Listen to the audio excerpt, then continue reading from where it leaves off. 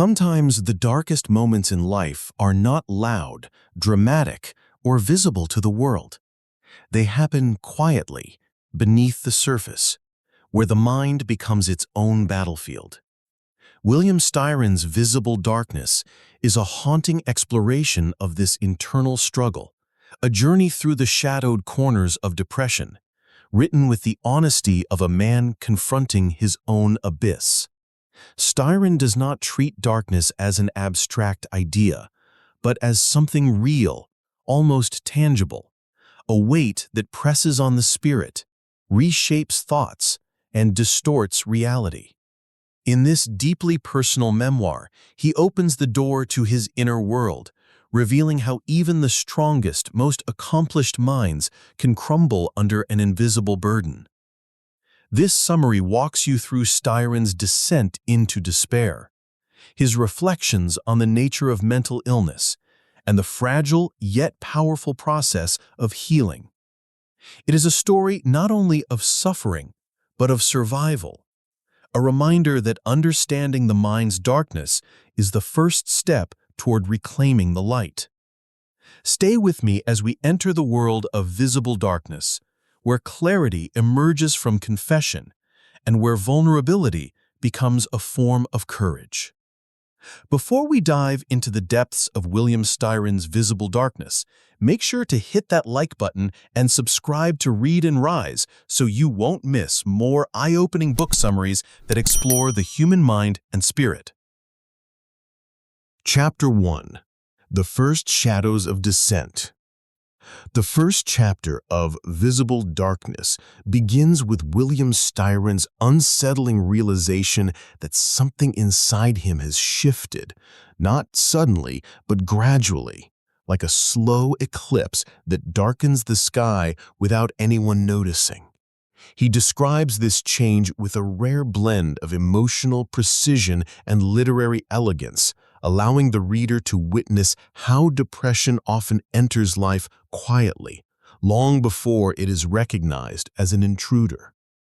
Styron recounts the initial signs, a strange dullness that followed him through the day, a sense of detachment from moments that were supposed to bring joy, and a growing inability to anchor himself in ordinary experiences.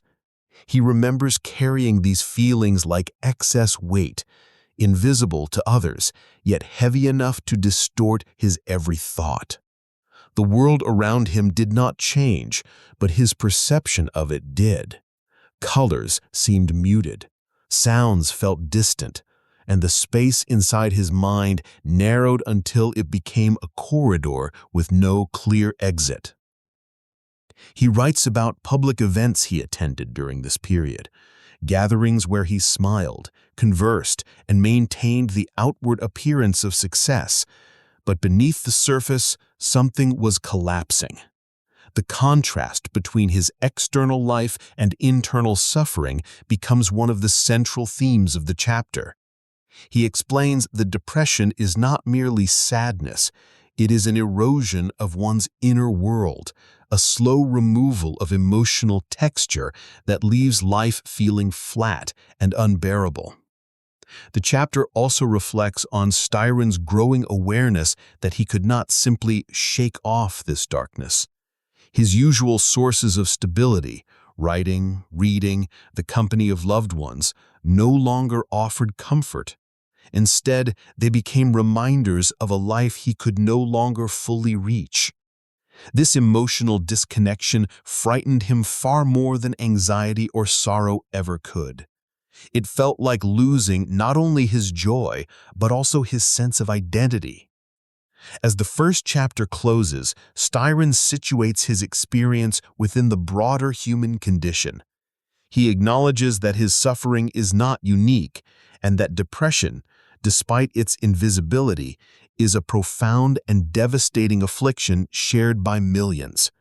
Yet every journey into darkness has its own shape, and his personal descent becomes the lens through which the memoir unfolds. The tone shifts from quiet confusion to the first realization that he is facing an illness, one that must be understood, named, and confronted. Chapter 2. The Weight of an Unseen Burden. The second chapter of Visible Darkness deepens Styron's exploration of the inner collapse that has begun to consume his daily life. Here, he shifts from subtle hints of emotional dimming toward the fuller realization that something profoundly wrong is taking shape beneath the surface.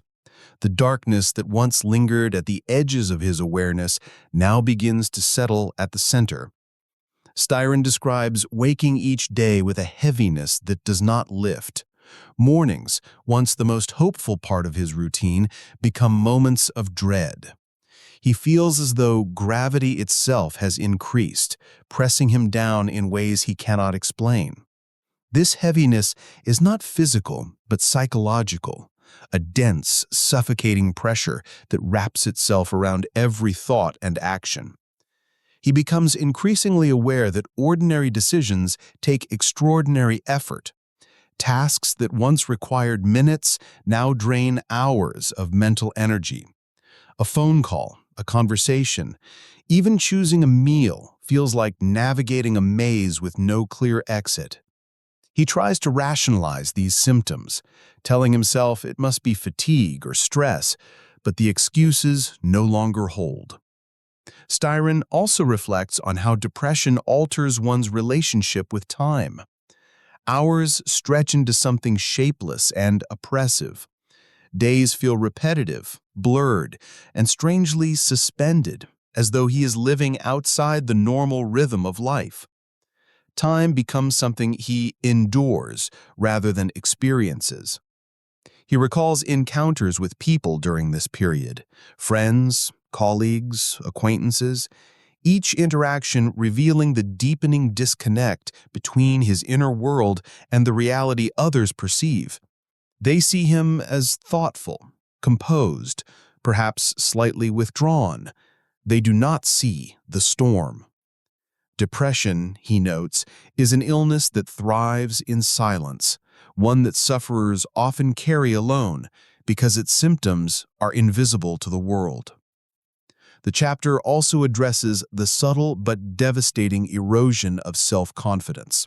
Styron, a celebrated writer, finds himself unable to trust his own thoughts or instincts. Words no longer come easily. Sentences that once flowed effortlessly now feel like labor. His creative identity, the core of his life, begins to feel distant, unreachable, almost foreign. This loss of creative vitality feels like a personal betrayal, deepening the despair that envelops him. As the chapter progresses, he confronts a crucial realization. The darkness he faces is not simply a passing emotional state. It has become a condition, an illness with its own logic and momentum. Understanding this marks the beginning of clarity, but also the beginning of fear. If the mind can turn against itself so powerfully, what comes next? By the end of the chapter, Styron's world feels smaller, narrower, and more fragile. Yet within his precise, lyrical prose, there is also a quiet courage. The courage of someone willing to name his suffering, to trace its contours, and to bring its invisible weight into the light. Chapter 3. When Darkness Gains a Voice. In the third chapter of Visible Darkness, Styron moves from silent suffering toward a stage where the darkness begins to speak its own language, a language made of fear, distortion, and a growing sense of inner threat.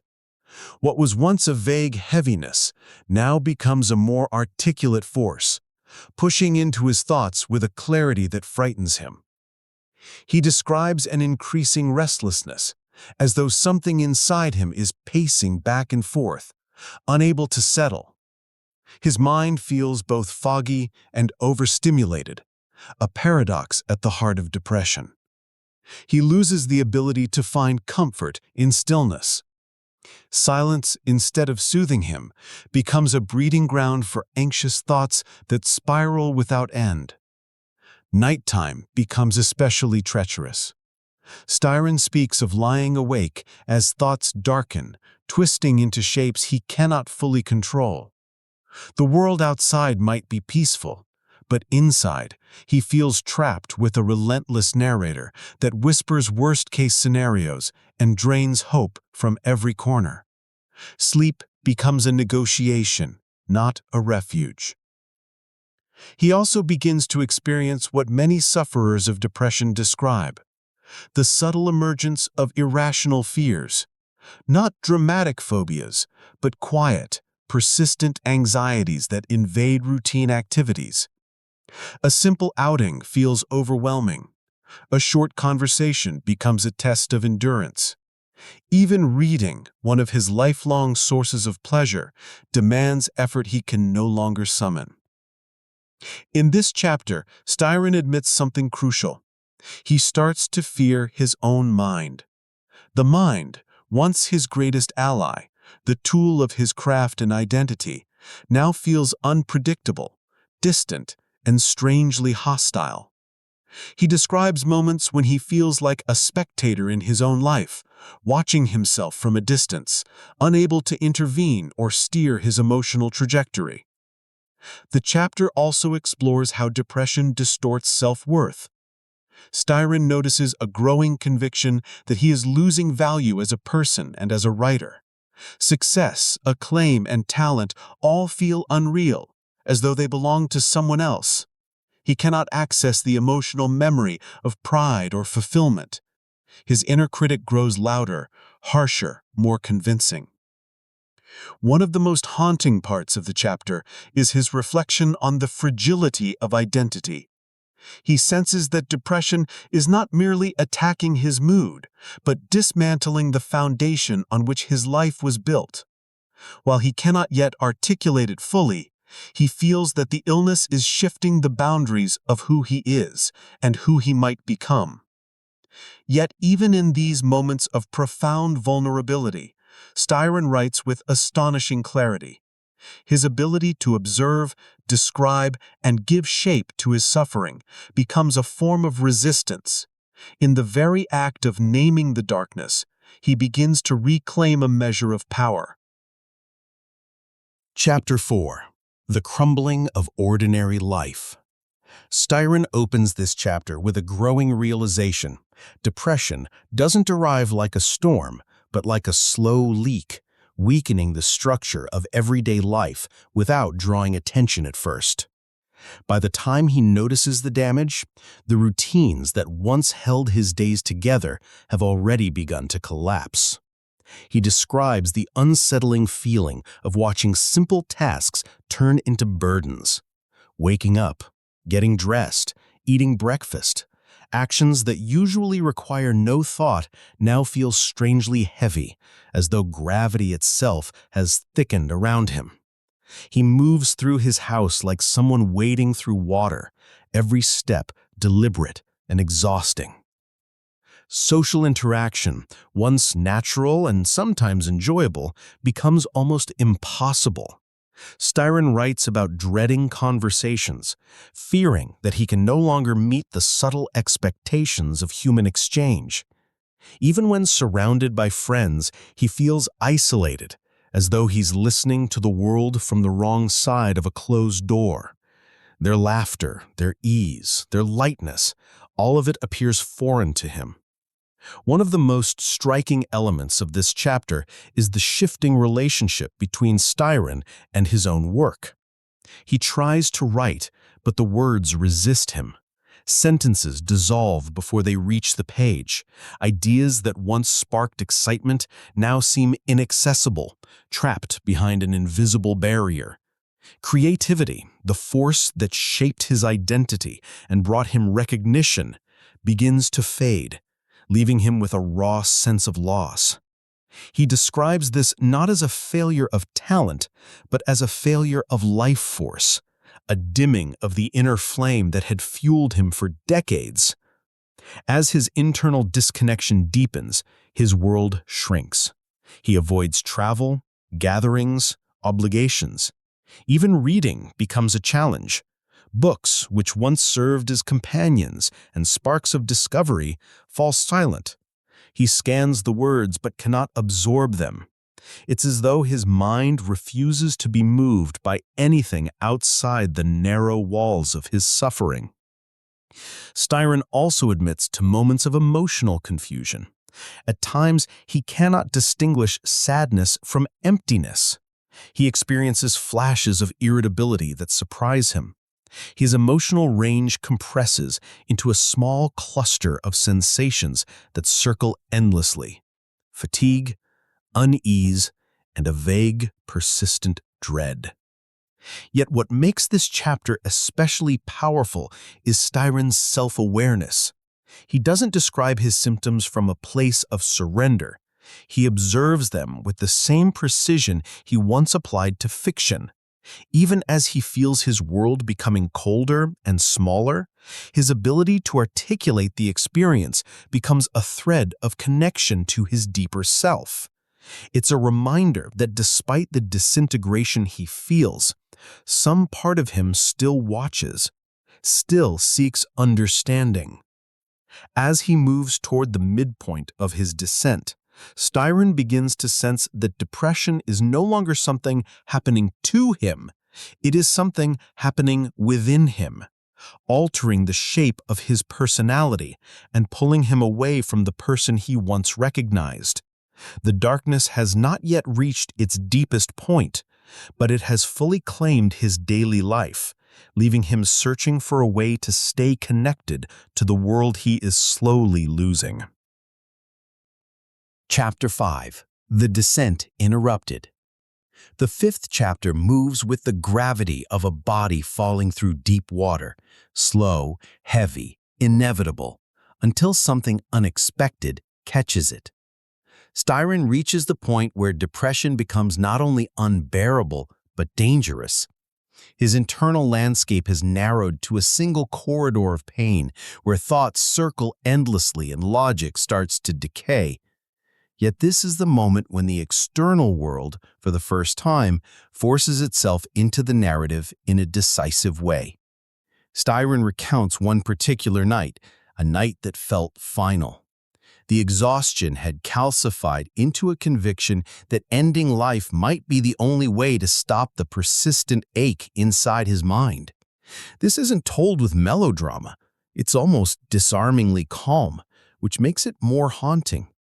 He describes how suicidal ideation grows not out of desire, but out of erosion of resilience, clarity, and the ability to imagine a future. What interrupts this final descent isn't a revelation. It's a mixture of instinct, memory, and a sudden sense of how profoundly his absence would wound those tethered to him. A fleeting emotional spark, so small it might have been missed, competes with the darkness. This spark becomes the turning point. Styron reaches out for help. The memoir shifts tone here. The isolation that dominated earlier chapters begins to fracture. He acknowledges the importance of hospitalization, a step that felt humiliating yet life-saving. The hospital environment is portrayed not as a cold institution, but as a sanctuary, where the mind is finally permitted to rest, shielded from responsibilities, expectations, and the exhausting performance of appearing fine. In this chapter, the reader sees the first sincere possibility of recovery. It doesn't arrive as hope, not yet, but as relief. Relief that he is no longer fighting alone. Relief that someone else is watching over him while he can't trust his own thoughts. Relief that the collapse, once imminent, has been paused by the simplest of human acts: asking for help. Styron begins to understand that depression is not a failure of character, but a medical crisis. And he allows others, doctors, family, friends, to hold him steady while he starts relearning how to live inside his own mind. This is the quiet beginning of healing, a soft but unmistakable pivot away from the abyss. Chapter 6. Return toward the light. The final chapter unfolds like the slow lifting of a dense fog. There is no dramatic sunrise, no triumphant leap back into life. Styron is too honest for that. Instead, he describes recovery as something gradual, almost reluctant at first, like his mind is relearning how to inhabit the world one breath at a time. Hospitalization becomes the quiet cradle of his healing. Away from the frantic rhythm of daily life, he allows himself, perhaps for the first time in months, to rest without guilt. The staff monitor his condition, adjust treatments, and provide an environment that strips away the illusions he was forced to maintain outside. In this stripped-down existence, he begins rediscovering his own basic humanity, the part of him that had been buried under layers of dread. Styron reflects on how depression distorts perception. Things that once brought meaning, work, relationships, even small sensory pleasures had become unreachable, as though sealed behind glass. But in recovery, these sensations return slowly. A meal tastes slightly better. A conversation feels less exhausting. A morning seems less threatening. These tiny changes are portrayed as victories, fragile but unmistakable. A crucial shift occurs when Styron looks backward with the clarity that depression had stolen from him. He recognizes that the illness had tricked him into believing that his suffering was permanent. This realization is powerful. Depression is a liar, a manipulator that narrows reality to a single point of despair. Once he sees the distortion for what it is, the path forward becomes less frightening. He also acknowledges what saved him: support, medical intervention, and the decision to stay connected to the world even when he wanted to retreat from it forever. There is humility in how he describes this salvation. He doesn't claim strength or wisdom. He credits survival to the presence of others and the simple luck of having asked for help in time. As he emerges from the worst of his condition, Styron frames his experience as a warning and a plea. Depression, he insists, is not a metaphor, not a poetic sadness, not a mood. It is an illness that demands understanding, compassion, and seriousness. He hopes his account will dismantle the silence surrounding it and make it easier for others to recognize the danger before it becomes fatal. The book closes not with triumph, but with clarity. Styron steps out of the visible darkness, not fully healed, but alive, aware, and carrying a deeper responsibility to speak for those still lost inside it. His recovery is an open door, not an ending, a reminder that even in the darkest corridors of the mind, the direction can change. Chapter 7. The Call for Understanding. The 7th chapter reads like Styron stepping back from his personal story and turning toward the world with a grave but necessary appeal. After guiding us through the claustrophobic corridors of his own despair, he widens the lens to examine how society understands, or rather misunderstands, depression. If the earlier chapters are intimate confessions, this one is a manifesto born from pain. Styron argues that depression remains shrouded in cultural fog. People call it sadness, weakness, a failure of character, anything but what it truly is: a biochemical and psychological illness capable of shattering lives.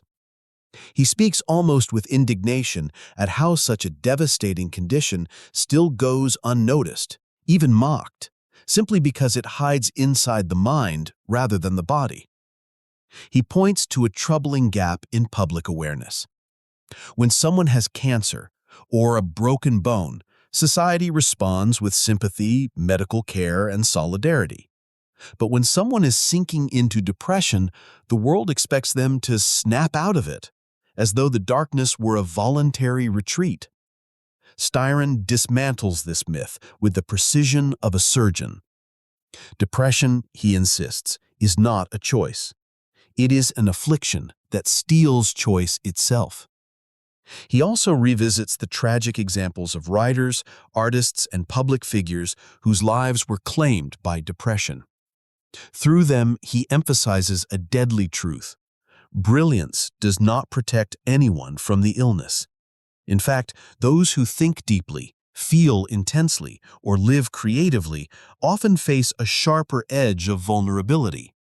Their inner worlds, expansive as they are, become territories where despair can breed with frightening speed. Styron highlights how misunderstanding worsens suffering. Many people endure their symptoms in silence because they fear judgment. They mask their pain, declining help until it becomes nearly too late. He knows this silence intimately. He once carried it himself. And here he speaks directly to anyone who might be trapped inside it. His message is simple but urgent. Ask for help. Speak before the darkness fully takes hold. Survival begins by breaking the quiet. By the end of the chapter, Styron shifts from diagnosis to hope. He calls for a more compassionate, educated approach to mental health, one that acknowledges depression as a real, treatable illness. Awareness, he argues, can save lives. Understanding can catch the falling before they hit the ground.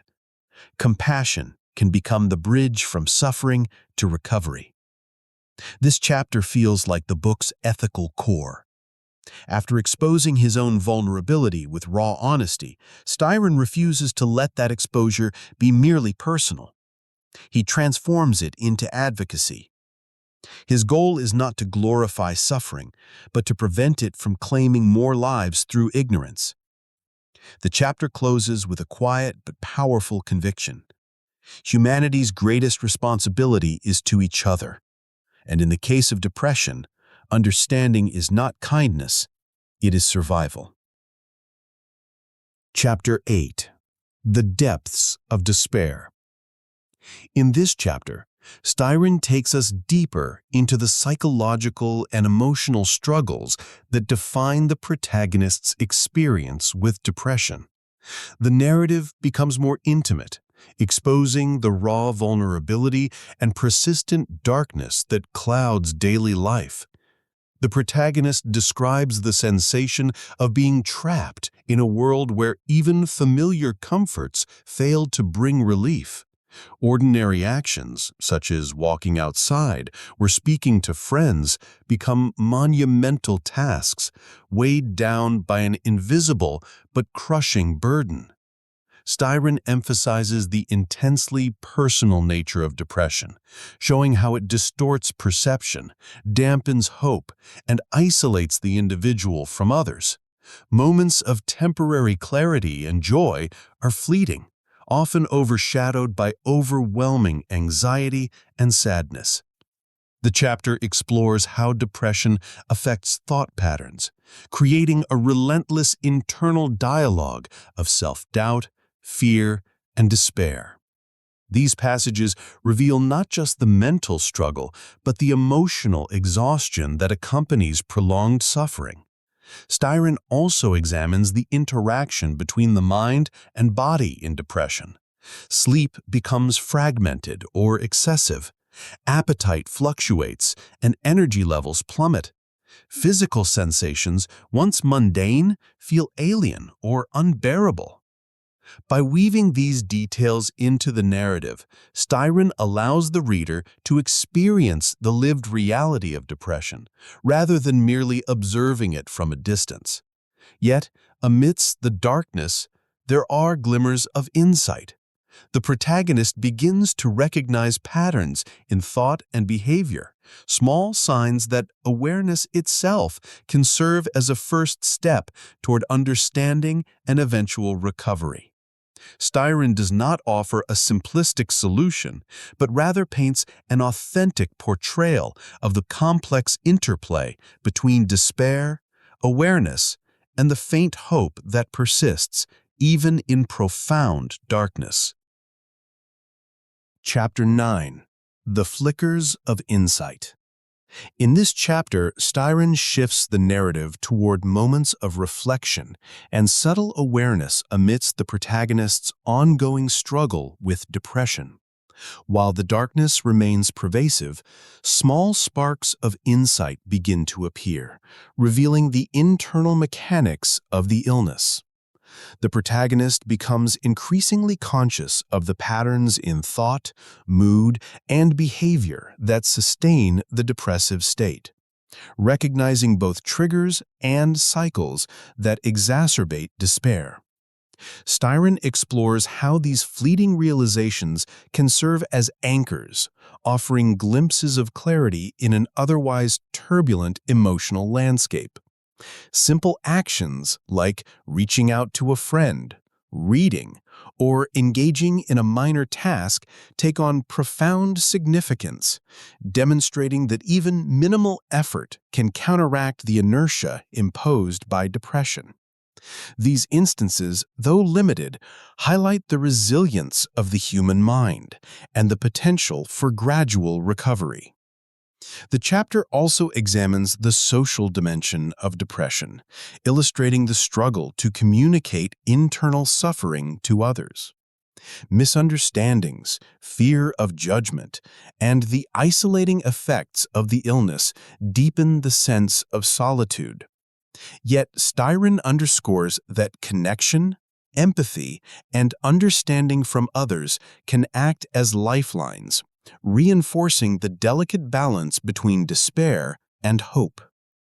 Through evocative language and introspective narrative, Styron conveys the complex interplay between darkness and insight, emphasizing that awareness does not instantly eradicate suffering, but provides the first steps toward confronting it. The chapter leaves the reader with a nuanced understanding that depression is neither simple nor linear. It is a terrain marked by shadows, yet occasionally illuminated by the faintest light of comprehension. Chapter 10: Emergence and Reflection. In this final chapter, Styron brings the narrative toward a delicate emergence from the deepest shadows of depression.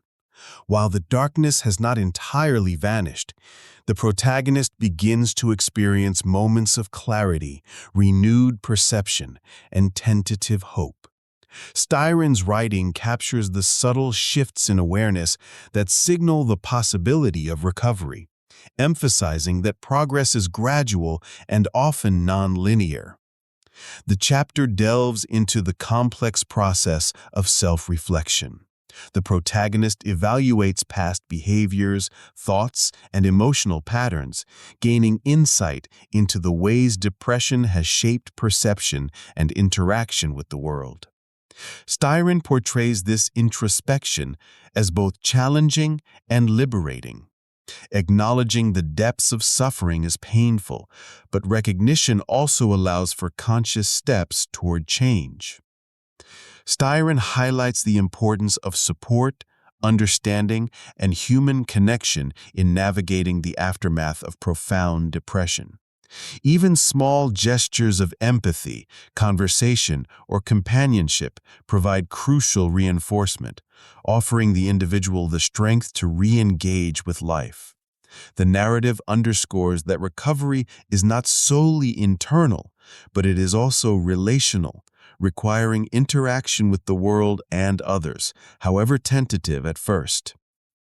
Physically and mentally, the protagonist experiences subtle but meaningful improvements. Energy returns, thought patterns stabilize, and emotional reactivity begins to soften. Styron emphasizes that these shifts are fragile and must be nurtured with care, patience, and continued awareness. This portrayal reinforces the book's central theme. The human experience of depression is both intensely personal and deeply intricate, blending despair, insight, and resilience in a complex interplay. The chapter concludes with a sense of reflective optimism. Styron does not offer a simple resolution or guarantee of complete restoration, but he does present a realistic and empathetic depiction of hope emerging from darkness. The narrative leaves the reader with a profound understanding of the depth, nuance, and humanity inherent in the struggle with mental illness, as well as the delicate possibility of light returning even after prolonged suffering. William Styron's Visible Darkness provides an unflinching look at the depths of depression, revealing both the profound struggles and the subtle sparks of insight that can guide recovery. Through intimate narrative and reflective introspection, Styron shows us the delicate balance between despair and hope, isolation and connection, darkness and the first glimpses of light. If you found this summary insightful, like this video, subscribe to Read and Rise, and turn on notifications to explore more books that illuminate the complexities of the human mind and spirit.